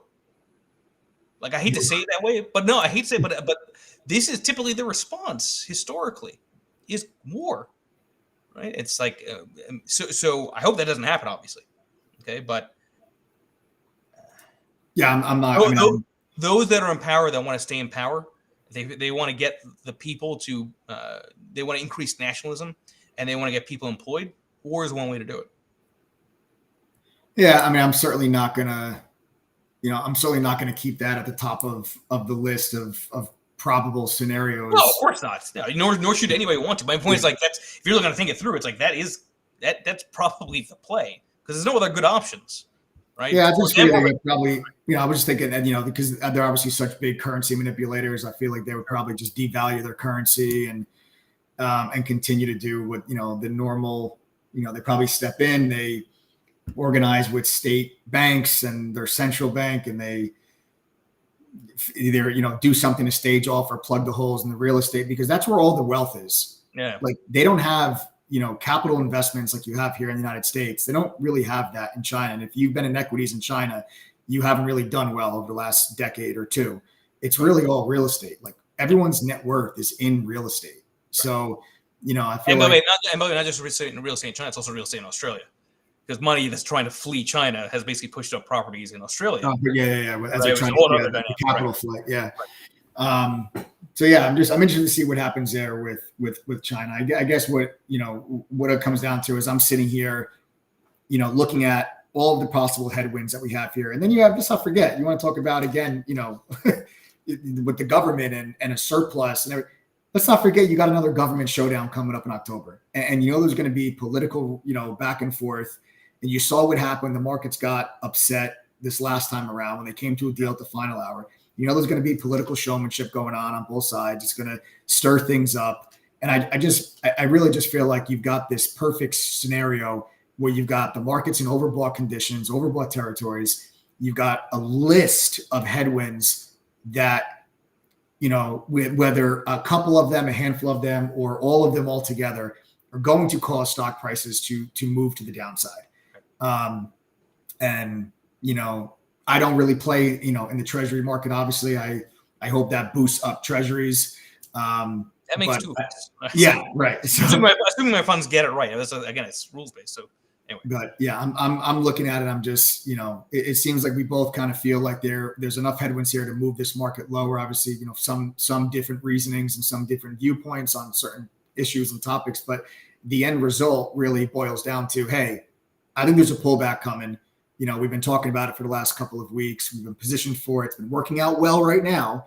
But we're coming up on a huge, I'm not sure if you follow charts or anything like that, but from a trading standpoint, we're coming up to a huge level of support on the S&P, which is like, it's those prior highs. It's that right before that June breakout.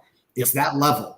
And that level was resistance, earlier this year, was resistance all the way go back to last year in August. Then you go back to April and May. This is a huge level. And from a technical standpoint, that level probably holds. I think you maybe even get like a short-term bounce.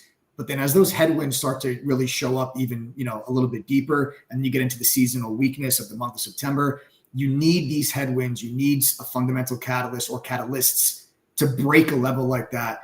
And that is when that level breaks, that's when I think you're going to really get that spike in that fear sense. That's going to cause maybe that flight to safety that causes the VIX spikes, volatility spikes.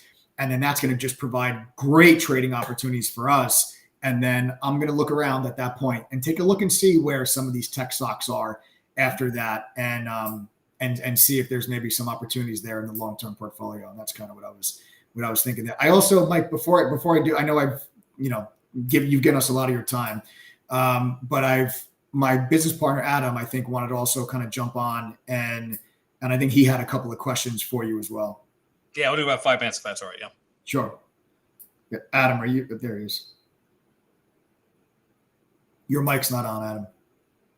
Hey, how are you, man? Hey, Adam, how are you? Good. Thanks for being here today. I appreciate it. Sorry about my voice. It's because you've been yelling at the stock market. I guess. I understand. Yeah, no, you know what it is? I've been married for so long that when my wife yells at me, it doesn't even affect her voice anymore. It's just exactly. Yeah, there you go. So, I gotta. Do you mind if I ask you a tough question? I am easy, man. All right. And I want you to know that I mean no disrespect with it at all. I'm Sure. genuinely curious. Hmm? You had talked a lot about the beginning. I mean, you're obviously extremely intelligent. You know, you have some great insight on things. My question would be, you talked a lot about how a lot of what you were doing that worked in the past for you and your funds and everything else, these things were working. Yep. They were doing well. Now they are not. And we can, and again, just I'm asking because I don't know. Yeah. We could put on the tinfoil hat, and I guess Mike just left, or probably his internet went out. But we can hang on. You okay? Yeah. I mean, I lost my connection for a second there, but I'm back. I'm sorry. So we can put on the tinfoil hat and we can say that maybe there's a big thing coming.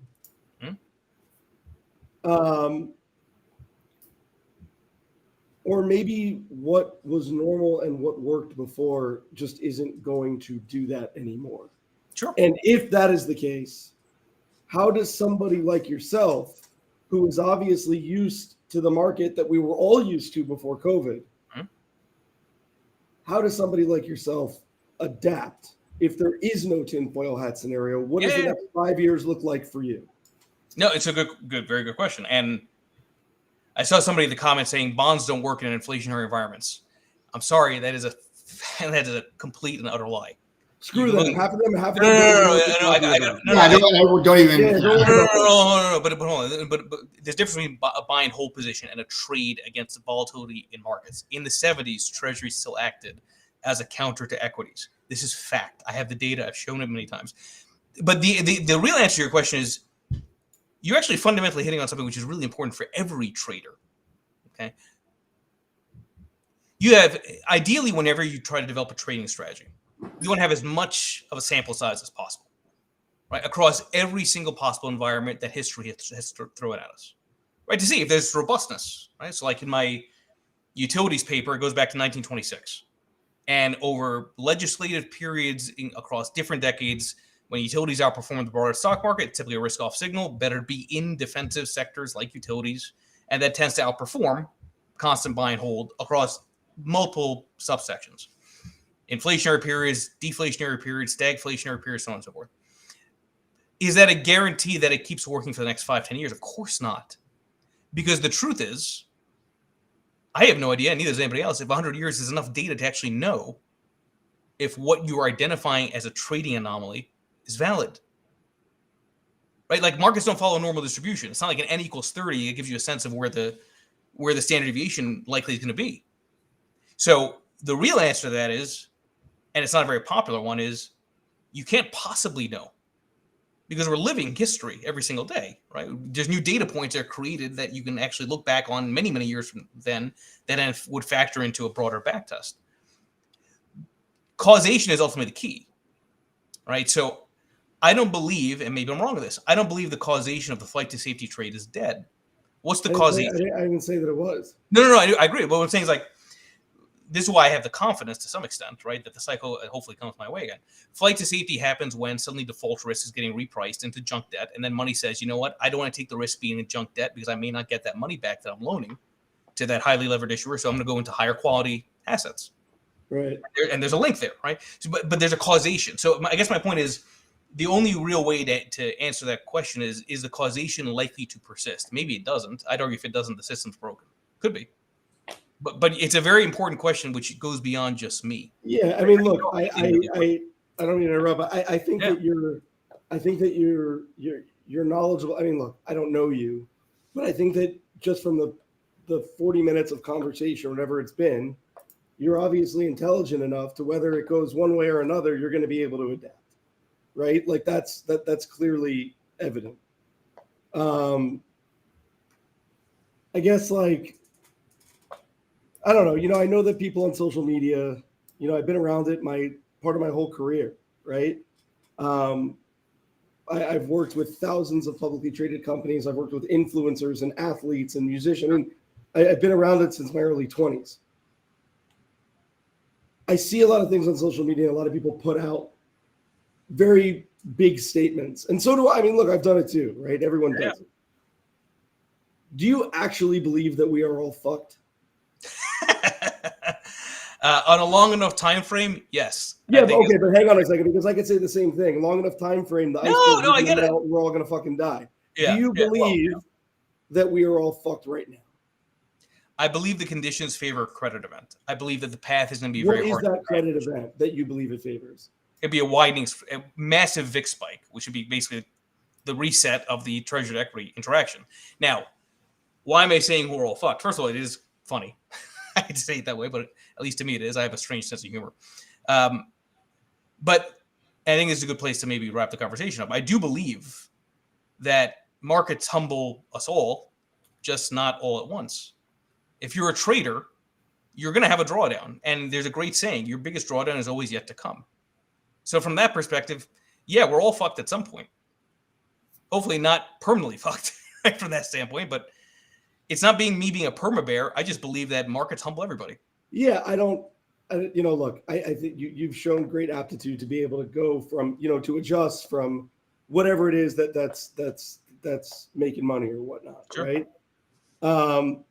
And I'm using the F-bomb because that is what was used on Twitter. Yeah.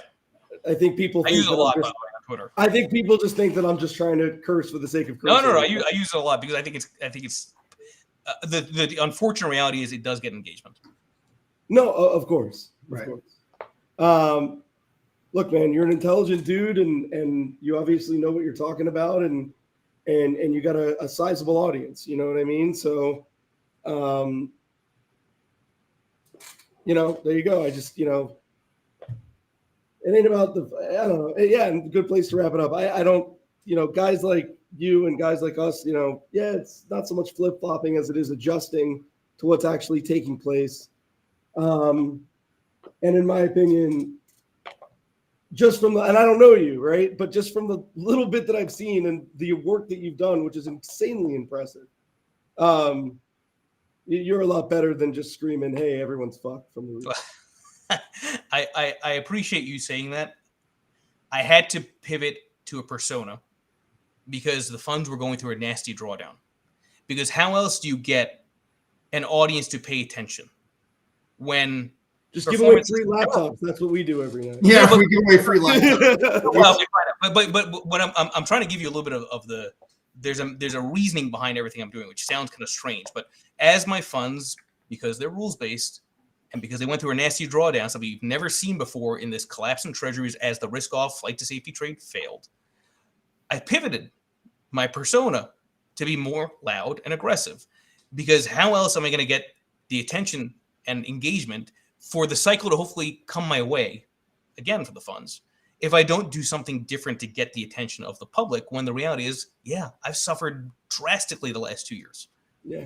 Right. So it's like, I get it. Like some people, they see that and they say, oh, this guy's just he's another clown. He's a shill. It's like, no. I'm playing with the algorithm purposely because I have to survive also long enough for things to come my way. This is me as an entrepreneur. I believe in being compliantly Machiavellian. Right. I think it's very easy for people to critique tone when they don't see the full picture. And the full picture for me is I'm an entrepreneur. It's a lot of money to bring funds to market.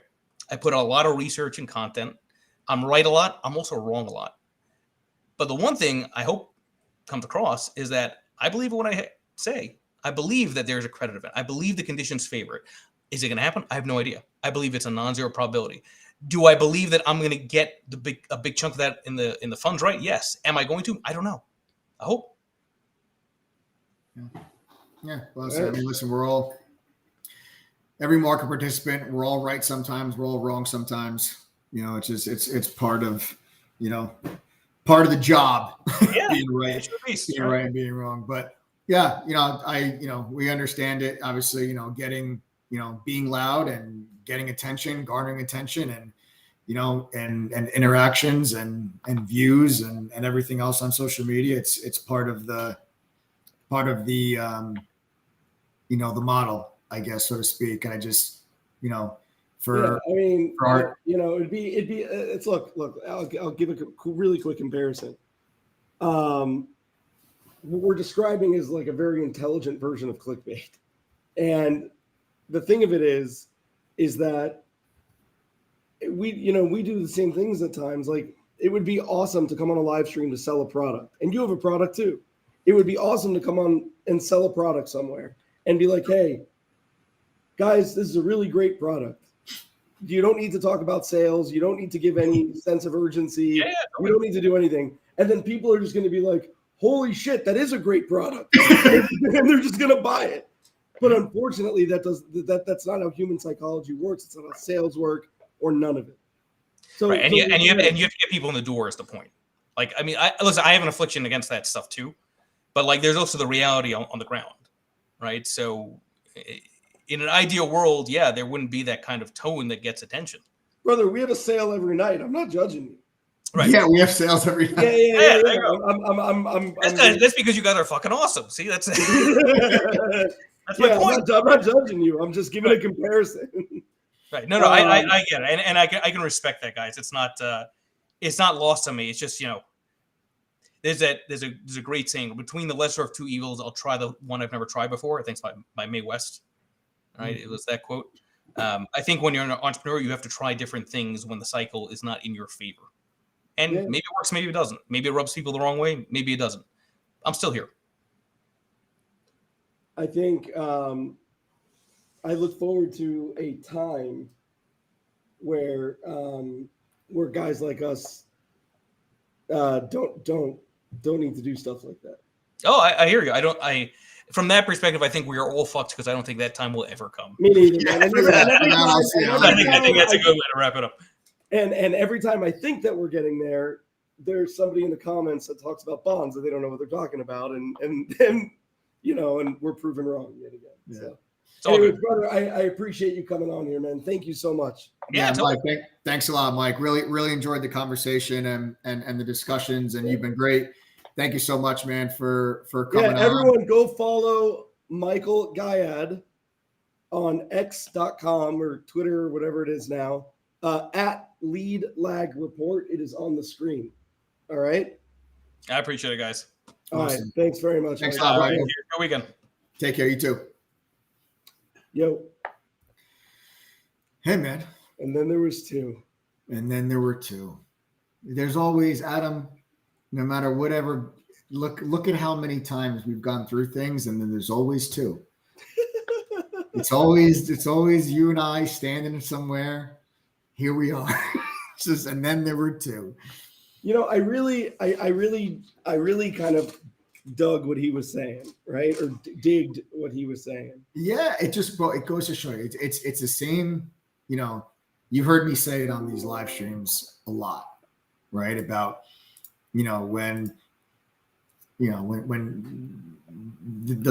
loudness and the superlatives and the exaggerations. And I think that I don't mean to cut you off, but I think it was cool. So what everyone just saw, because I really think that everyone needs to understand what they just saw. Yeah. You just saw somebody that has a following of about 750,000 people, right? Just on Twitter or X or whatever the fuck, or whatever it is now. And what we have said on here all the time is that you get these people with these big followings that come on and they scream doomsday and they scream this and that and whatever for clicks and this. Let me tell you something.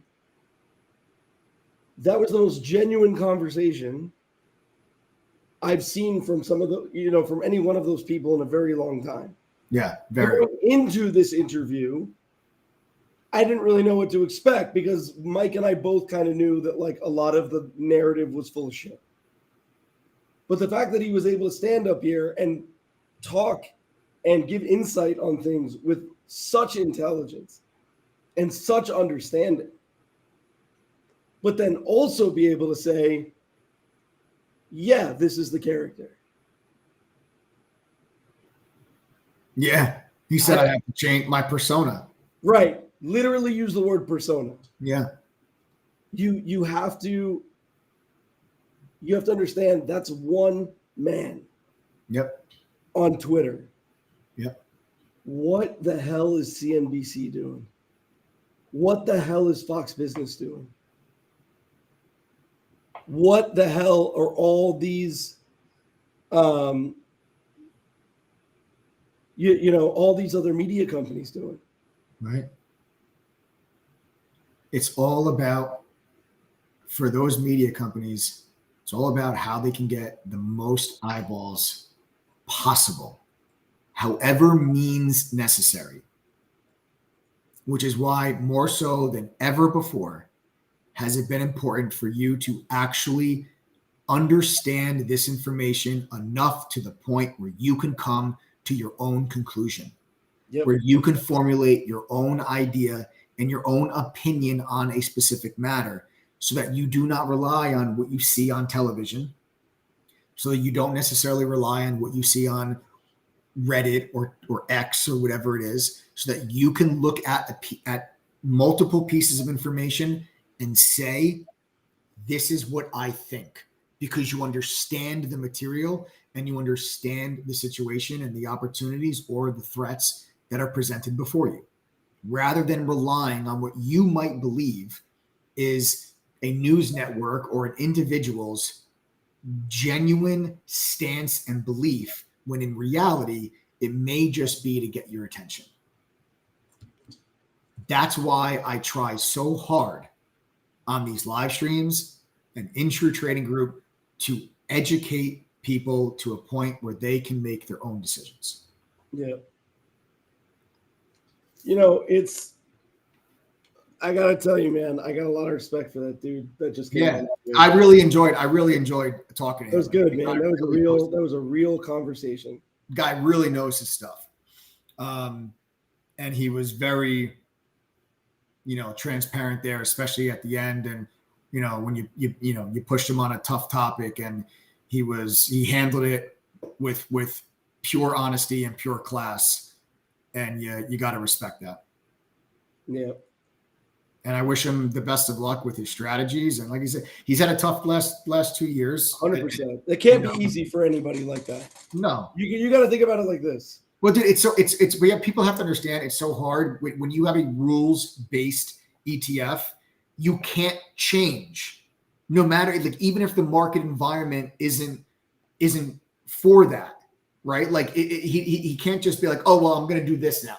Like, that's the rule base of the ETF. And whether there's going to be moments in history where the strategy works, there's going to be moments in history where it doesn't. That's what ETFs do, right? It's very different from us, from all of you and from me, because I can come on here and say, guys, I'm buying call options on Monday, or I can come on here and tell you, oh, you know what? I'm buying put options on Wednesday.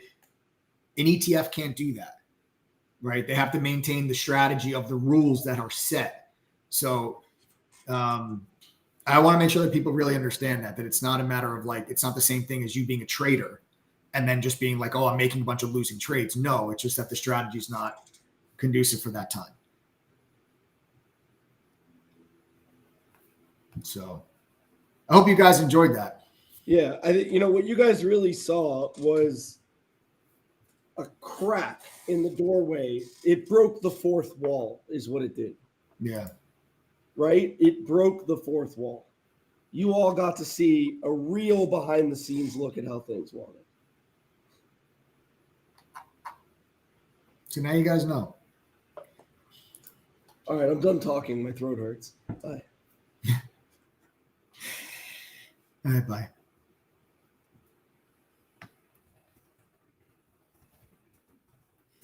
So guys, if you guys really enjoyed that, go ahead right now and smash that like button. If you guys enjoyed that interview and you guys enjoyed that discussion, go ahead and smash that like button for me now. And then just lastly, I want to see how many people are still on here with us that are not members. Do me a favor and just type the letters TTG. If you guys are not members of True Trading Group, just do me a favor, type the letters TTG if you are not a member of True Trading Group. Again, if you're not a member, just type TTG inside of chat. You can see how many people that we have on here. I know it's Friday afternoon. You guys are probably eager to start your weekend. Trust me, I am too. We have a phenomenal boot camp going on this weekend for members on trader identity. It's going to be absolutely incredible. I can't wait for it. That's going to be tomorrow and Sunday. So guys, go ahead, type TTG. We got Great Dane with the was it a bullish engulfing candle right there on your YouTube? We've got Paros, welcome back. Summer Girl and Super Dad. Let's go ahead and type TTG, folks, if you guys are not members of the TTG fam. See how many people that we got here. I like Bull Flag. Look at that. And actually has a bull flag as their YouTube icon. Christopher White is still here. What's up, Chris? Well, I know you were here in the beginning. Hope you enjoyed that interview and that exchange. Well, here's what I'll do here, guys.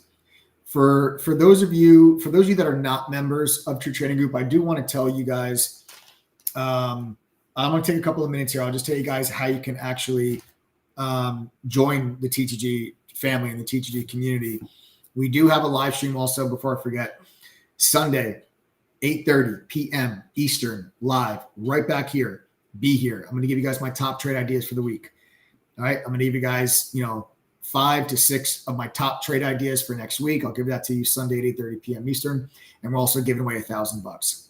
You heard me. We're giving away $1,000 on this live stream on Sunday. You got to be present. You've got to be here. You got to be on the live stream, all right, in order for you guys to actually win the $1,000. So set your reminders for 8:30 p.m. Eastern, right back here on Sunday. You're going to get $1,000. Well, a chance at $1,000 and my top trade ideas for the week. I have a very specific trading plan going into next week. I'm going to share it with you guys all live on Sunday at 8:30 p.m. Eastern. For those of you that are not members, we have a 50% off discount that you can use, valid up until Sunday at midnight. So the price of our platform is normally $2,212 for the entire year. However, you can use the coupon code TTG121 to get a 50% discount, which brings the price down all the way to just $10.97. So go to ttgoffer.com, use the coupon code TTG121. Again, that's ttgoffer.com. Use the coupon code TTG121. It'll get you access to our entire 22-course curriculum, which is a simplified and expanded upon version of the training that I received working at the fund in New York. You guys will have access to all that. There's no upsells, okay? There are no upsells for the courses or the tools, okay? Now, all of our courses, Joe, why don't you post up a link to our syllabus, actually, so members can see what they're going to actually get access to. There's no upsell for courses. Every course is included. Beginner courses, advanced courses, options, swing trading, trader psychology, crypto, futures, you name it, we've got it. You guys have access to all of it. You also get Benzing the Pros real-time news feed, congressional trading data, insider trading from management, Quote Media's full book level 2, trading view charts, the trade idea scanner, a simulator that lets you practice with fake money but real-time data, various AI tools where we have an AI trading assistant that can help you guys throughout your trading, a trading journal that can track all your trades for you, a social sentiment scanner will tell you what stock you're talked about most on social media. You got analyst ratings, some analysts to see what analysts or what stocks have how many buy, sell, and hold ratings that a particular stock will have from the analyst community. We have a video library with over 600 hours of workshops and webinars. You guys can get access to all of this. Watch lists every day from our moderators with a list of our stocks and our entry and exit prices that we're focused on for the day. Just go ahead right now, guys, and go to ttgoffer.com. You get access to all this. Everything on ttgoffer.com, everything on that page is included for the 1097. Now, all the things I just mentioned to you, all those tools, easily $5,000 to $6,000 a year if you were to pay for them on your own.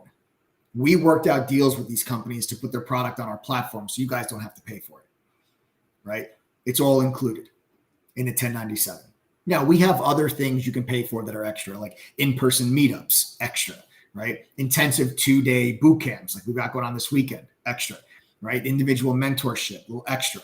But the courses, the tools, those things are always included in the annual membership. You don't have to pay $1 extra. There's no hidden fees for the 1097. That's it. You get access to all of it.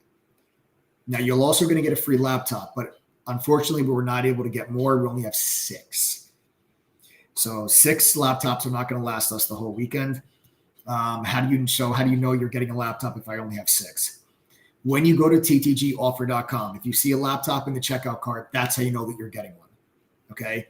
You see the laptop, you're getting one. Simple as that. If you don't see it, that means 6 people have already joined. You don't have to enter your address to get the laptop. You're going to get a welcome email instead when you join with instructions how to claim that free laptop. So be on the lookout for the welcome email after you guys join. If you have any questions, you can text us at 786-505-4049. Phone numbers at the bottom of your screen. Okay. And I also offer you guys a double your money back guarantee. I'm dead serious. I believe so strong in the platform that we've created that we back it up with a double your money back guarantee. And it's based on your results. So you join, you'll pay $10.97. If you go through our courses, pass our quizzes, attend the study group, and actually use the platform, and you don't make the $10.97 membership fee back, we're going to give you guys back double your money. That's the deal. We'll give you back $2,194 if you're unable to make back the $10.97 at least one time during the membership. All right. So go to ttgoffer.com, use the code TTG121, click apply code. You have to manually type that code in. It's not going to do it automatically for you. You got to manually type that code in, click apply code, and then the price will drop down to the $10.97. Okay. I can offer you double your money back simply because our refund rate, it's only 2.39%. 78% of our members renew their membership or have gone on to become lifetime members, and we're 5-star rated on Trustpilot with over 2,300 reviews. If that were not the case, I wouldn't be able to offer you guys double your money back. But that is the case, so I can. I don't mind doing it. You can keep the free laptop also. So if you guys are not interested in the membership, you can sign off the stream. Make sure you set your reminders to be back here Sunday at 8:30. I'm going to show you guys now the platform so you can actually see for yourself what you're going to get access to as a member of the TTG fam and what that 1097 gets you, because it's all inclusive. Here is our chat room. Our chat room is where the mods and I share our screens. We're live with you trading during the day. We are calling out trades, answering questions. We're with you in pre-market till after hours. You can use the mobile app if you can't be in front of your computer. As long as you have a cell phone, you can follow along with chat and also receive real-time push notifications when the moderators enter and exit trades. Okay. That's how you can follow along if you're not in front of your computer. 2 private study group sessions to speed up your learning curve. Yo. Hey. We have breaking news right now. What? This is huge. Breaking news from Michael Guyad. I don't actually believe all of you are fucked. Just all of you are at some point fucked. No way. Yeah, 5 minutes. He just tweeted that? Yeah.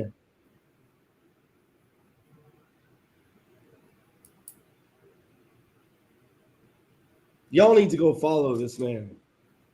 Wow. That's super cool. I really like this guy. I like this guy. I really like this guy. Yeah, that was cool.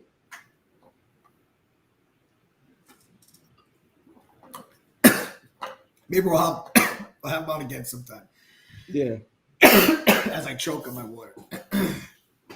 Better than my semen. Oh, what? I'm gonna go like his comment. After I'm done choking. Adam, I'm choking, bro. It's over. The ship is yours. So, aside from the 2 private study groups that you guys get access to, the Benzinga Pro live stream newsfeed, live inside of our chat. Congressional trading data to track trades by Congress, insider trading to track trades by management teams, the TradingView premium charting software.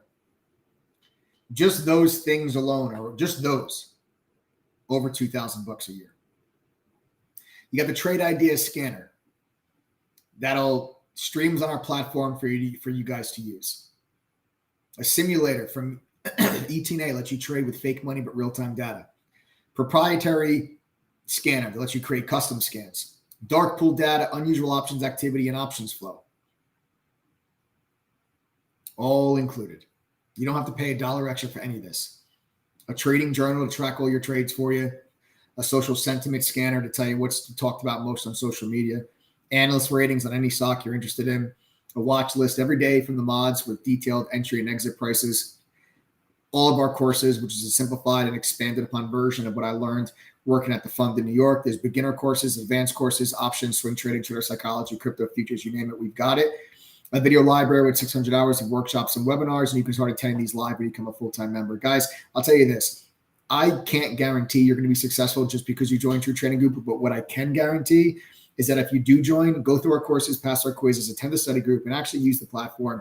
If you can't make back the $1097 at least one time during your membership, I'll give you back $2,194. That's double your money. Go to ttgoffer.com, use the coupon code TTG121. If you have questions, text us 786-505-4049. Thanks for tuning in tonight, folks. Don't forget, set your reminders for Sunday at 8:30 p.m. Eastern. We're giving away $1,000, and I'll give you guys my top trade ideas for the week. Smash that like button if you haven't done so already. Subscribe to the channel. See you all Sunday evening. Have a great weekend.